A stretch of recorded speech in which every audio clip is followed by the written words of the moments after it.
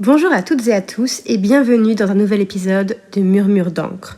Aujourd'hui, j'aimerais vous parler d'une figure qui traverse les livres, les films, les chansons et peut-être aussi nos vies. Une figure étrange, contradictoire, qui fait rire mais qui me rend souvent triste. Je vous parle du clown.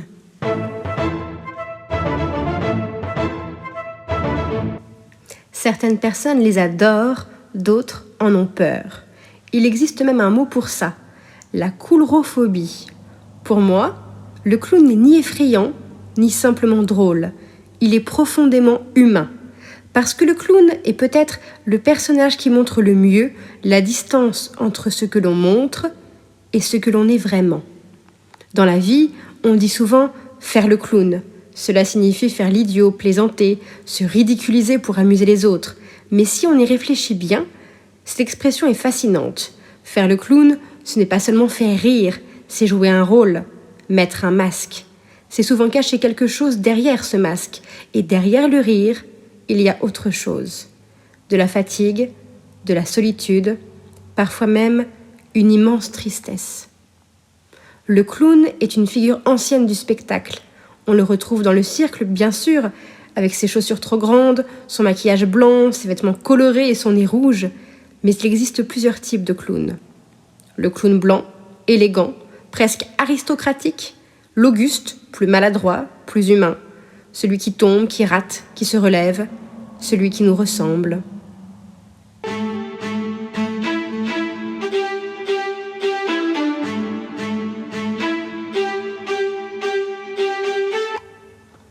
Quand j'étais enfant, j'aimais énormément aller au cirque. Pas pour les animaux. Je n'ai jamais aimé les numéros avec les animaux, bien que je les aime, au contraire. Mais pour les acrobates, les jongleurs et surtout pour les clowns. J'habitais près de la mer et chaque été, les cirques passaient.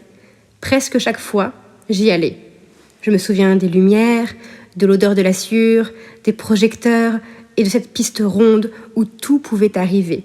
Le cirque, c'est un monde à part, un monde où l'on accepte que la réalité soit un peu différente.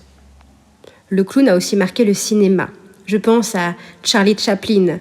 Dans Le Cirque ou dans Les Feux de la Rampe, Chaplin incarne un personnage drôle, fragile, profondément humain.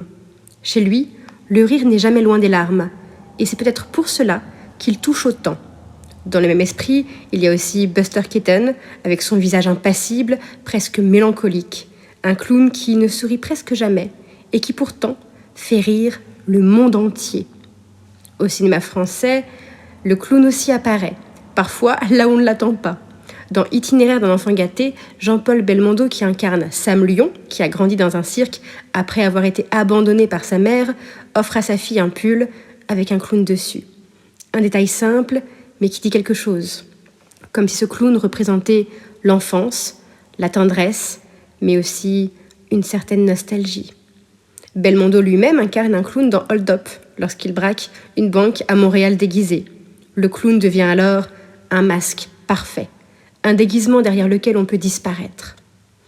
Dans Parole de flic, Alain Delon se maquille lui aussi en clown. Dans la scène finale, il se déguise en Auguste dans un cirque pour approcher son ennemi. La scène se déroule chez le cirque Pinder. Pendant plusieurs minutes, le cirque devient le théâtre d'une confrontation et là encore, le clown sert de masque. Un masque derrière lequel on cache ses intentions et peut-être aussi ses émotions.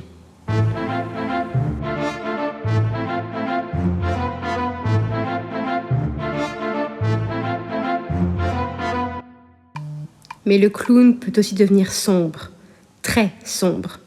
Dans le roman Sad de Stephen King, le clown devient une créature terrifiante, Pennywise, une figure qui transforme le rire en peur, comme si Stephen King avait compris que le clown était un symbole ambigu, parce que ce maquillage figé, ce sourire dessiné, peut aussi devenir inquiétant. Stephen King a ainsi dit « Les clowns ne sont pas faits pour être vus en dehors de leur milieu naturel, le cirque ou la foire. Si je voyais un clown caché sous un pont isolé, ou pointer son nez rouge depuis une bouche d'égout avec ou sans ballon, je serais effrayée aussi. » Plus récemment, cette ambiguïté apparaît dans le film Joker. Arthur Fleck est un clown, un homme solitaire, blessé, invisible aux yeux de la société. Et ce clown, censé faire rire les enfants dans la rue, devient progressivement une figure tragique. Le clown révèle alors toute sa dimension sociale, celui qui amuse le monde, mais que le monde ne regarde jamais vraiment. À l'inverse, il existe aussi des clowns qui soignent. Je pense à Robin Williams, un acteur que j'aime énormément pour son humour, mais surtout pour sa sensibilité. J'ai grandi avec lui en regardant Mrs. Doubtfire, Jumanji, La nuit au musée, mais aussi dans Le cercle des poètes disparus, Will Hunting, Insomnia, Good Morning America et tant d'autres.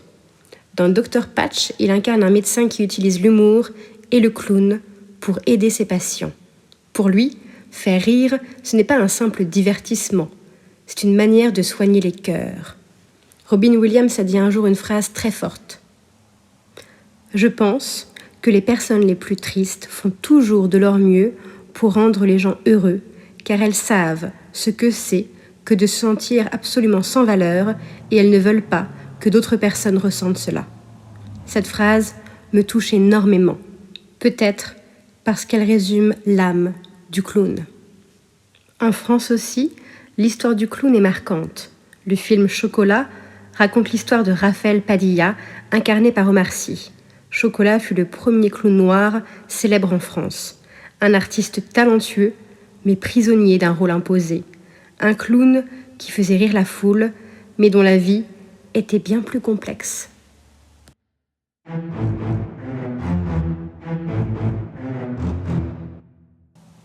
Et puis, il y a aussi la chanson. Édith Piaf chante dans Bravo le clown, l'histoire d'un clown abandonné par celle qu'il aime. Un clown qui continue de faire rire la foule alors que son cœur est brisé. Encore une fois, le même paradoxe, le rire et la douleur. Mais la figure du clown ne se limite pas seulement au cirque moderne.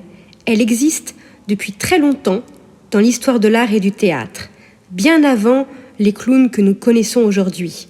Il y avait déjà un personnage qui lui ressemblait beaucoup. Il s'appelait Piero. Piero vient de la tradition du théâtre italien appelée la commedia dell'arte. On le reconnaît facilement. Il est vêtu de blanc, le visage pâle, souvent songeur et mélancolique. Dans les histoires, Piero est souvent amoureux, mais cet amour n'est pas partagé. Il est sensible, naïf, parfois maladroit. Un peu comme un clown triste avant l'heure. Peut-être même l'ancêtre de tous les clowns mélancoliques. Des artistes ont été fascinés par ce personnage. Le peintre Jean-Antoine Watteau, par exemple, l'a représenté dans son célèbre tableau Pierrot. Dans ce tableau, Pierrot semble à la fois présent et déjà ailleurs, comme s'il appartenait à un monde un peu différent du nôtre. Les clowns ont aussi inspiré de nombreux peintres. Je pense notamment à Pablo Picasso. Durant ce qu'on appelle sa période rose, Picasso a peint de nombreux acrobates et saltimbanques. Dans le tableau Famille de saltimbanques, peint en 1905, on voit une troupe d'artistes de cirque. Ils sont ensemble et pourtant, chacun semble plongé dans sa propre solitude, comme si l'artiste, celui qui amuse le public, restait toujours un peu à part. Et si l'on remonte encore plus loin dans l'histoire, le clown ressemble beaucoup à une autre figure ancienne, le bouffon. Au Moyen-Âge, les bouffons du roi étaient parfois les seuls à pouvoir dire certaines vérités. Ils faisaient rire, mais derrière leurs plaisanteries se cachaient souvent des critiques très lucides. Peut-être que le clown est un peu leur héritier. Celui qui amuse, qui détourne, celui qui fait rire, tout en révélant quelque chose de plus profond.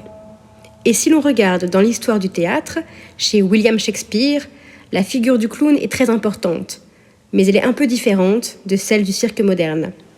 Au théâtre élisabétain, le clown est souvent appelé fool, le fou, ou jester, le bouffon. Et ce personnage joue un rôle très particulier. Il fait rire, mais il dit aussi la vérité. Dans les pièces de Shakespeare, le fou est souvent le seul personnage qui peut dire ce que personne d'autre n'ose prononcer. Parce qu'il est considéré comme un idiot ou un amuseur, il bénéficie d'une liberté rare. Il peut se moquer du roi, critiquer les puissants, révéler des vérités profondes tout en faisant rire le public. Le rire devient alors une forme de lucidité. Dans Le Roi Lear, le personnage du fou est fascinant. Il accompagne le roi déchu et lui lance constamment des remarques ironiques. Mais derrière ses plaisanteries, il dit la vérité.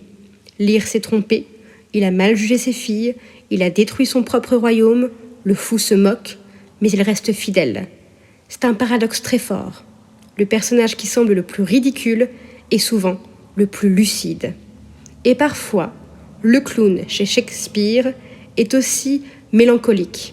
Dans La Nuit des Rois, le personnage de Fest chante des chansons pleines de nostalgie et de tristesse.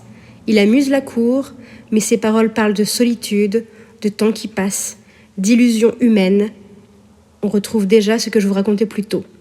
Le clown qui fait rire porte aussi une forme de tristesse en lui.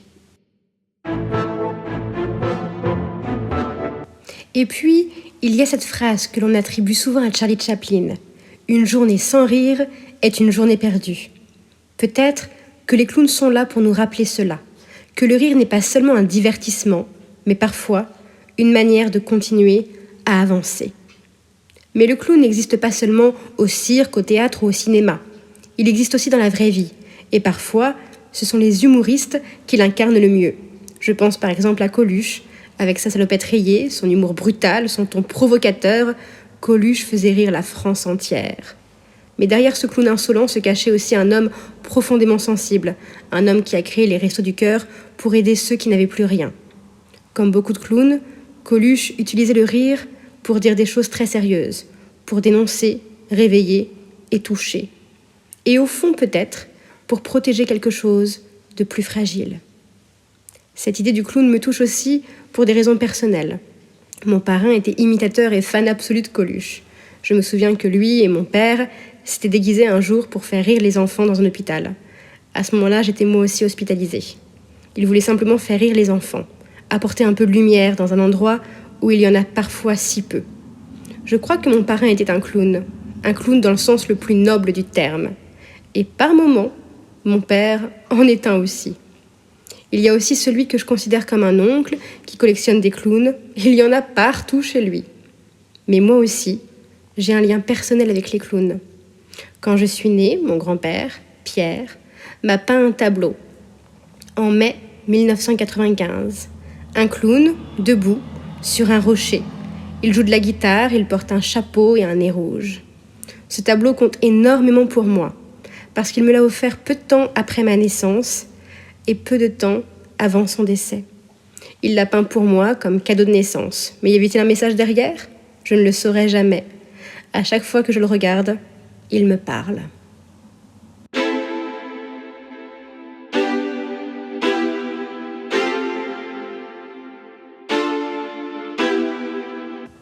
Et finalement, je me demande si nous n'avons pas tous un clown à l'intérieur de nous, une part de nous qui veut faire rire, une part de nous qui veut alléger les choses, une part de nous qui veut cacher la gravité de la vie derrière un sourire. Il existe aussi une expression amusante. On dit parfois de quelqu'un qu'il a mangé un clown ce matin. Cela signifie que la personne est particulièrement drôle, agitée, pleine d'énergie, qu'elle multiplie les blagues, les pitreries, comme si un clown vivait en elle, comme si soudainement le spectacle commençait. Et peut-être que c'est ça au fond. Peut-être que les clowns ne vivent pas seulement dans les cirques. Peut-être qu'ils vivent dans les gens, dans ceux qui font rire, dans ceux qui essaient d'alléger le monde, et parfois même dans ceux qui ont le cœur un peu lourd.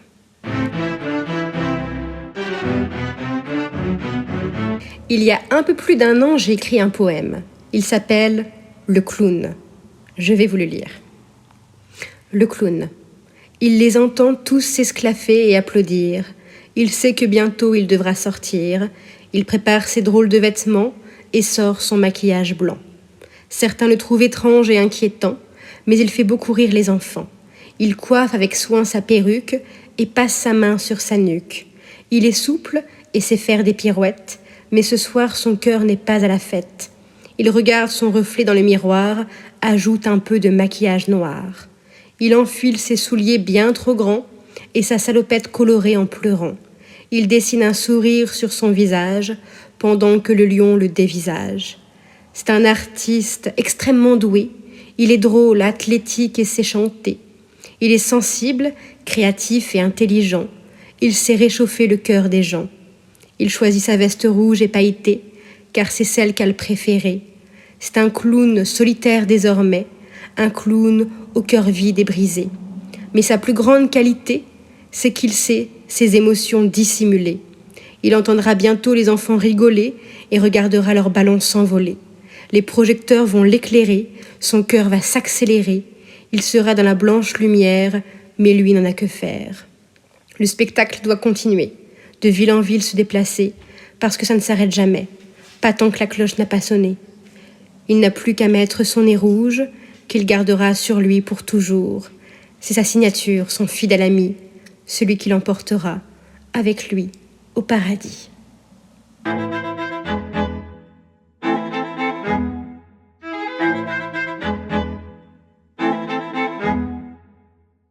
Ce poème parle d'un clown qui doit entrer en piste. Tout le monde rit déjà, mais lui n'a pas le cœur à la fête. Il met son maquillage, dessine un sourire, parce que le spectacle doit continuer, parce que la vie doit continuer. Le clown peut être aussi regardé d'un point de vue plus psychologique.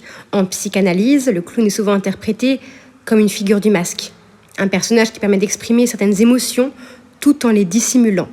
Le maquillage, le costume, le nez rouge, tout cela crée une distance entre la personne et ce qu'elle ressent vraiment, comme si le clown avait le droit de montrer des choses que l'on cache habituellement. La tristesse, la maladresse, la fragilité. Mais toujours sous la forme du rire. Le clown tombe, se trompe, exagère tout, et le public rit. Mais derrière ces gestes un peu absurdes, il y a souvent une vérité très humaine. La peur de l'échec, la peur d'être ridicule, la peur de ne pas être aimé. Certains psychanalystes disent même que le clown ressemble beaucoup à ce que Carl Jung appelait l'archétype du trickster, un personnage qui bouscule l'ordre, qui se moque des règles et qui révèle souvent des vérités que les autres préfèrent ignorer. D'autres ont même expliqué que le clown permet au public de rire de ses propres faiblesses, parce qu'en regardant un clown trébucher, rater, se relever, on dit que nous aussi, on peut le faire. Le clown devient alors une sorte de miroir, un miroir un peu déformé bien sûr, mais un miroir quand même. C'est peut-être pour cela que les clowns touchent autant les enfants. Les enfants rient quand le clown tombe, mais ils rient aussi parce qu'ils savent qu'il va se relever. Le clown échoue, mais il continue. Et au fond, il nous rappelle peut-être quelque chose de très simple, que l'on peut tomber, que l'on peut se tromper, et que malgré tout, the show must go on. Peut-être que c'est pour cela que le clown me touche autant, parce qu'il symbolise cette idée que nous connaissons tous, la distance entre ce que l'on montre et ce que l'on ressent vraiment. Nous avons tous, à certains moments, un masque, un rôle à tenir, un personnage à jouer. Moi, je ne porte pas de nez rouge, mais je porte du rouge à lèvres. Parfois, je me dis, peut-être, un jour, moi aussi je porterai un nez rouge. Et puis, en y réfléchissant bien, peut-être que je le porte déjà. Merci à tous de m'avoir écouté. Peut-être qu'un jour nous porterons un nez rouge ensemble. À très vite dans Murmure d'encre.